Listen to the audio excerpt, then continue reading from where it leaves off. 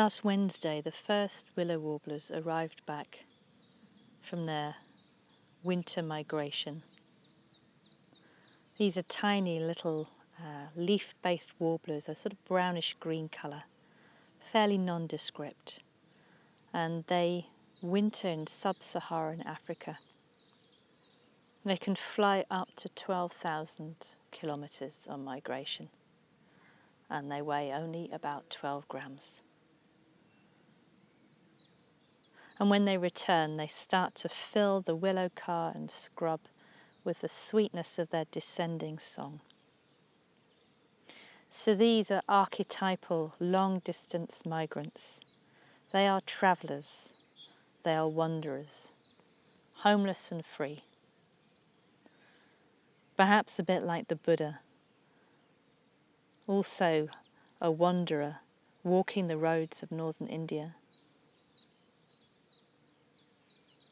But juxtaposed with the willow warbler and the Buddha is the willow tree and the Bodhi tree, the archetypal tree, rooted, stable, still, earth-touching, home.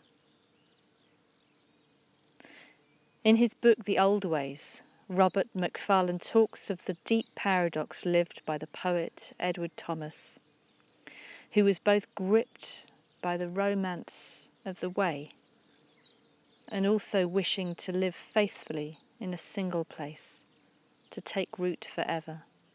And for him, these images too, the immovable tree and the migrant bird, embodied that paradox. And on the Buddhist path, we have the stillness of meditation or the movement of the path. This question of moving along or rooting down is something that can stay alive in our practice. Is this mobility or displacement? Am I rooted and at home, or am I stuck? We can hold these two also as a creative tension in our practice of meditation, where we have the stillness and rootedness of our meditation posture, our bones connecting with earth, the discipline simply of sitting still, doing nothing. And then that combined with the fluid dynamic movement of the body and the breath, the subtle energies shifting and shimmering. All this vitality and aliveness in our being. So we can experiment, we can play within this paradox.